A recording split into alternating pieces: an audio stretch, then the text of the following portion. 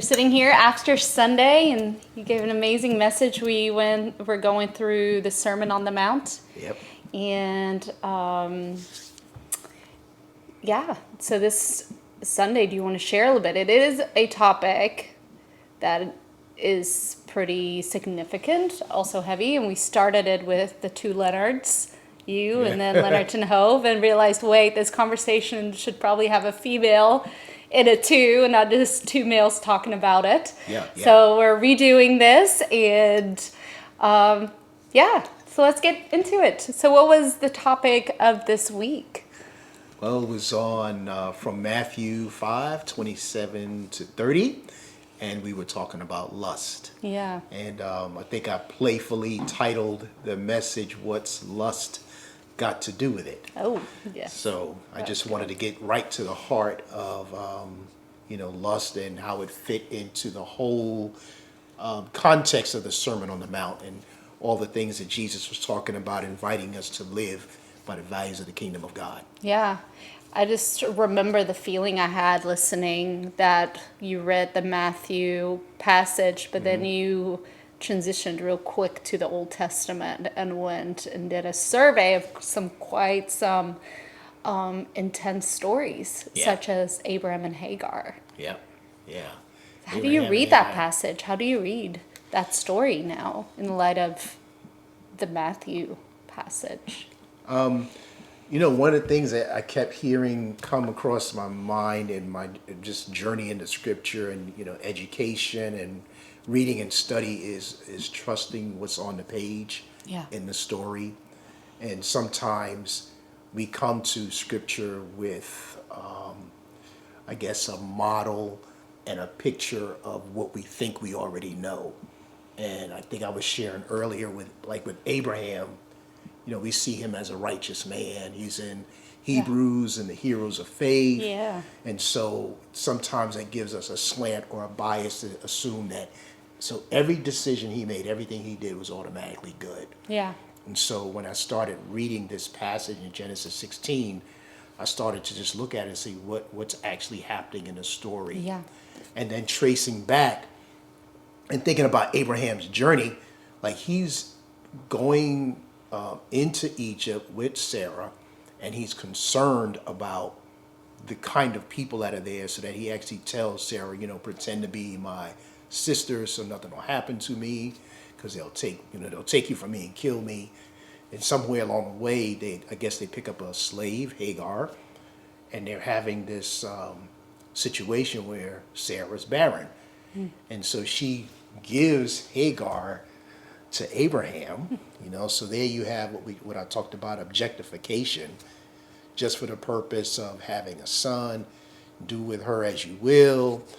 She gets pregnant, and then she's mistreated by Sarah. She's sent away, and I'm looking in that passage, she never speaks. She's just passed around and suffered in that situation. And then, some scholars have said that she was like the first person to whom the Lord appeared, and there's this naming that takes place, and it said the one who sees, so God actually sees her in the midst of her affliction and gives her a promise. Wait, what? So before that, wow, I've never even seen that connection, that's the first time God is given a name. Yeah, given a name, and some kind of theophany is taking place there. Yeah, so that's beautiful. So a woman, it happens with a woman, and it happens in a situation where, when I read it and actually read the story, she was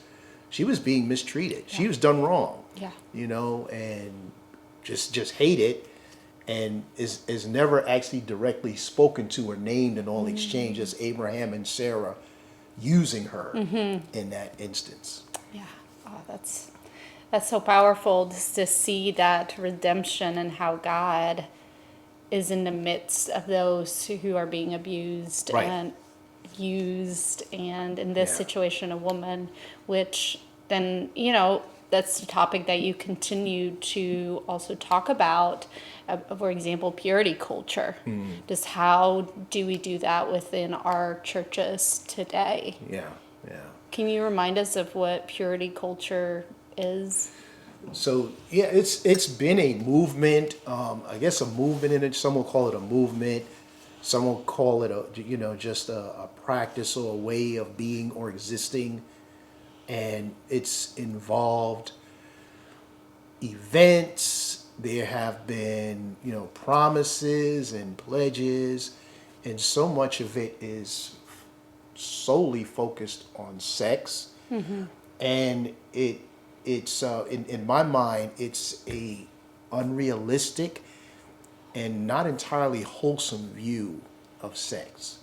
So that one of the underlying themes I kept seeing in my research and preparing for this was so much of the culture in Jesus' day and so much of the culture in our day, so much of the culture in a lot of evangelical and purity culture circles, the burden is placed on the woman to maintain purity. And for one, purity is a buzzword for sex because that's like the primary focus. Like I when I was talking with Leonard about this, it was like you don't ever see these discussions about gluttony and beware of going places where there's a lot of food, because it can cause you to sin. But there's always these discussions about women, about how they dress, about how they adorn themselves, and so much leeway and license and expectation is given to the male sexual drive, and it's the women who have to bear the burden of tempering or arresting that by how they conduct themselves. For sure. And it sets people up for unrealistic expectations because the focus is on all of this will be solved when you get married. And so now there's this outsized expectation when you get married, sex is going to be glorious and everything's going to be wonderful. And again, you enter into marriage with the expectation that the woman is just there so that the man can be satisfied, make babies and everything's going to be fine and wonderful. There's no talk about singleness. There's no talk about other relationships that might exist.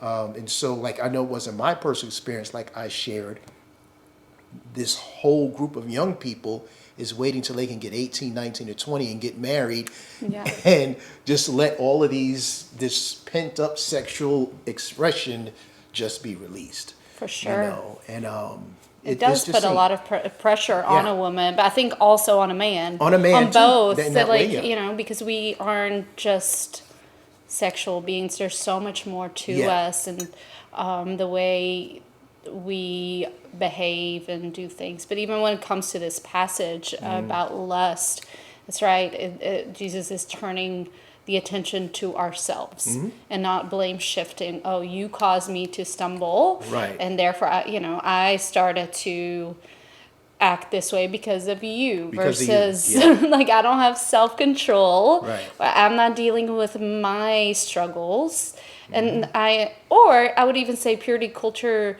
creates a false security, saying if I do these things, they're tried and true. I must have, if I then still struggle with something, oh, well, you're not trying hard enough. You need to put on more clothes, or you shouldn't talk to women at all for a man, maybe. And there's this such awkwardness that is created just in a social setting. It's really so awkward. I have been really in that. Weird. Yeah. It's really weird because it even like with the Bathsheba story, for most of my life I've read that story, not of late, but I remember coming up, there was always this little undertone as in, like, why was she bathing on the roof? I know. Like, she wanted him to see her. Yeah, so it's always like, like we joked about, we were talking earlier, when the man in Jesus' day brings the women committing adultery, we caught in the act is like, I'm just imagining that there's this guy that, somehow jumped out the window and got away, and they couldn't catch him, but they were able to get their hands on a woman. So, but it's always the woman. And if the man falls, first we got to figure out, is there something that the woman did or did not do so that, he didn't have this. And we understand that there is a area where there could be responsibility. There's But when that's always- that first question, we're acting just like the legal system in our country where, a woman is assaulted and the first, what was she doing? Yeah. Well, why was she there?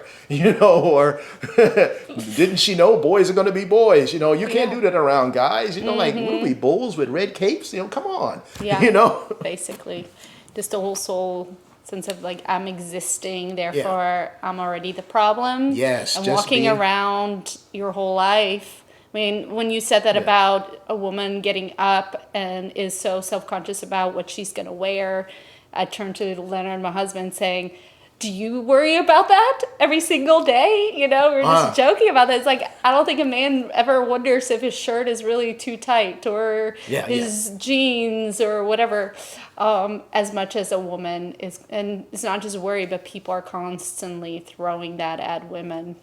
And when we're, in church. Yeah. Yeah. Yeah, it is. And I just felt that as I read it, when I looked at, all of these things together, the purity culture, the rules, some of the things we talked about, it's almost like, man, just showing up on the scene, just being present, being in the room, automatically, she's, woman is labeled a temptation. And I really don't think that's Christ-like. Yeah. That's just not. How do you see that in Jesus's behavior throughout the Gospels? That's not the way that he operates. That I tried to touch on that a little bit, and I really didn't have the time. That like we said, this is like an ongoing conversation. But thinking of Jesus, I was just trying to imagine if we took the time and just really sat with the different interactions he had with women. That a woman would be comfortable speaking to him. I really want to dig into that story of the woman coming into the dinner party when he's eating with the Pharisees, and it says she's weeping, and she wipes her tears away with her hair.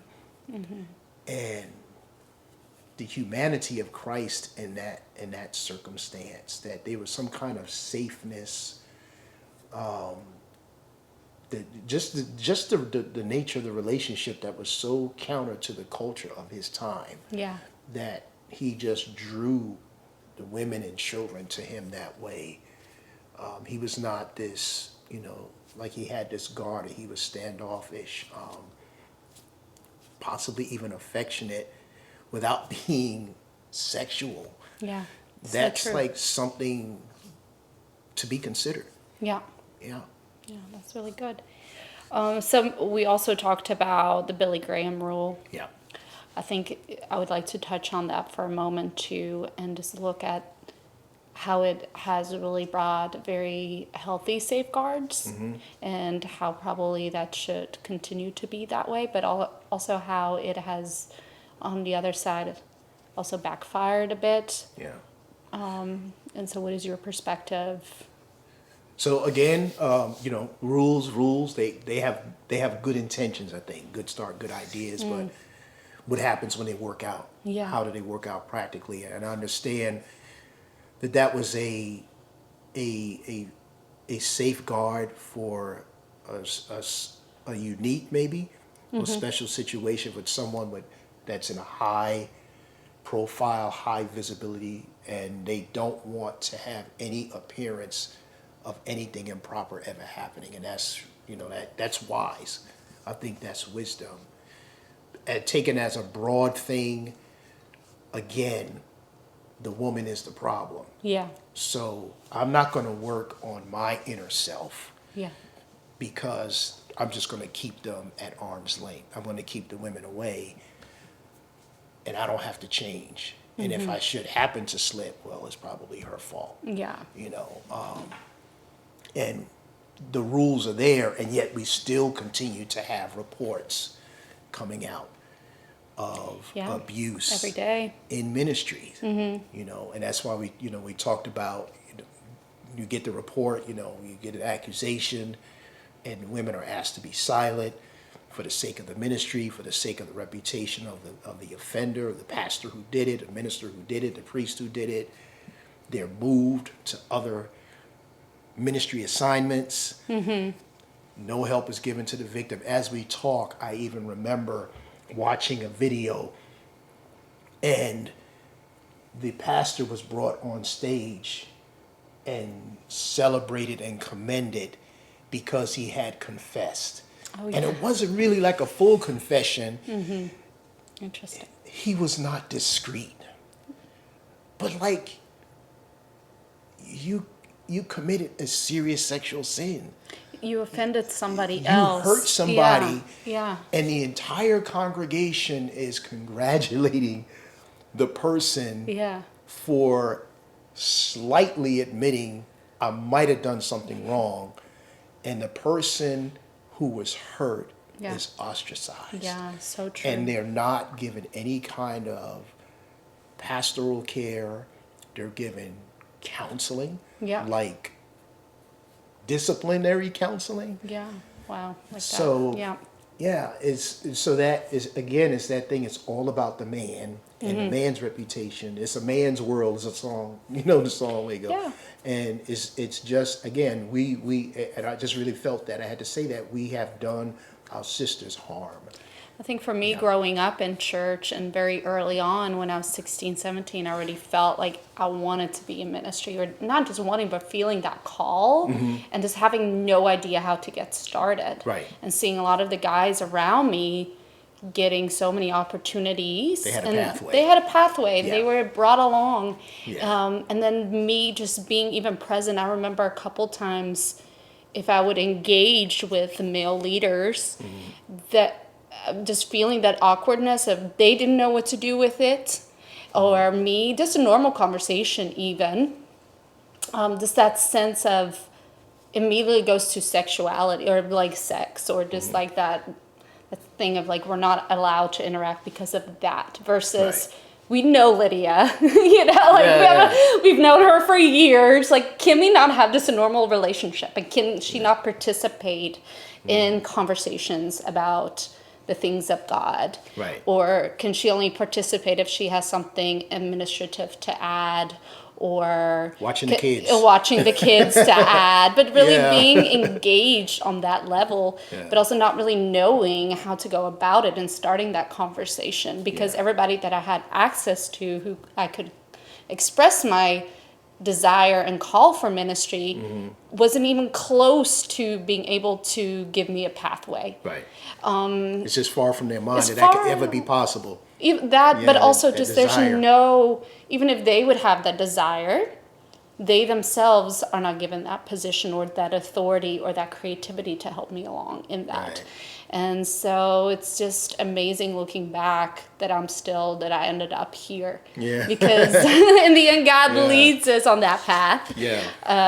But just really the way that I had to move forward is 100% depending on God. Yeah. But wouldn't it be great if we can open doors for one another? Yeah. Also for women, to see more women step into that place. But for also going back to just being a woman, can you enter a room and not be seen as a problem? Yeah. Just receiving women for being a person Yeah. and having value beyond their body, beyond their sexuality, or how we can use them. So I think, like you were saying, that's what Jesus constantly does. Yeah. There's a list of women that are adding value to Christ's ministry, and there's nothing being written down beyond that. Yeah. Except for how they've been a great help in spreading the gospel, how they've been one of the biggest champions of the gospel and all that, and just creating that, and them bringing their gifts, bringing their resources. So having a seat at the table, I think that's definitely at the heart of Christ's ministry when you're looking at him interacting with women, with children, Right. with the ones who are not per se the Yeah. inner circle of the society. Yeah.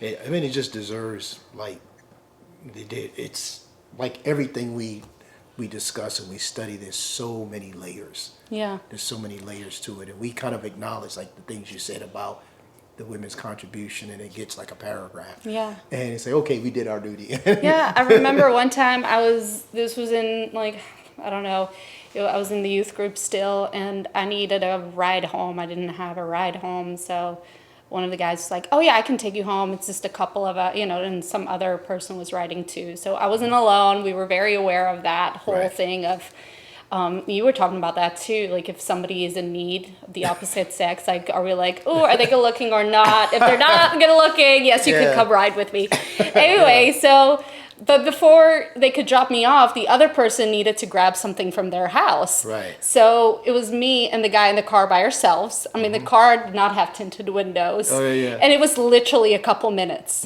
Oh, and I heard about it afterwards. They're like, you were in a car with a guy all by yourself, Right. I mean, I could still get worked up by that. But literally, like, I was somebody in need. There was nothing going on, just a casual conversation. Somebody was getting something, coming back, as if something could have happened in a car with lots of windows open. All of that, just like even just having to explain myself right now is just almost embarrassing. And I'm just really wondering, was he talked to, or was I only talked to? I don't know. I don't know. I was going to ask you that. I don't know. I was just going to ask you that. I was like, I'm trying to imagine when the guy got home. Like, he probably was talking about you with his buddies. You did what? Like, oh yeah, good. Helping her out. You know, he was the hero. I was the slut. Exactly. Sorry. But And that was in church. Yeah. And again, they knew me. My character was great. And then you do one thing and you're immediately like questions. That's also humiliating. Yeah. You know, my character was immediately questioned. You know, and simply because you were present. Yeah, that's exactly. it. That's it. You just had to be there. Yeah. And you just had to be there. Yeah. And you're it's a suspicious situation right away. Yeah. Right there. Yeah. So yeah. That's the story. That's the story. We see that with these stories with Abraham and Hagar and some other ones that you've mentioned, and I think we can go through a lot of these stories. And so basically Jesus is coming in and saying, hey, it's about your heart. It's not about the rules. Right. It's about your heart. And men, you need to take care of your own heart. Women, you need to take care of your own heart. And I think that's what the verse was saying. I loved that translation from the Message. It's like you think you're doing good, if you don't get into bed with her. Yeah. But just your looking reveals that something is going on inside. And I think that's the whole trajectory, the whole call of our Christian living, of our journey with Christ is, the Spirit is drawing us all into being transformed. Yeah. Transforming our inner selves. That's the thing that Jesus has always looked at. It's always been the thing that's going on inside of us, the way that God sees. And that passage just really lent itself to drawing that out in one particular circumstance, like we covered with anger. We're going to continue covering it with divorce and some of the other topics. Is for sure we have to undergo the work of transformation inside. Yeah. There's no way around it. No rule. It's going to change. Yeah, no rule is going to make that happen. No. Yeah. Awesome. Well, thank you for this conversation. Yeah, it's glad we to could share. definitely keep talking about it. Yes. Yes, indeed.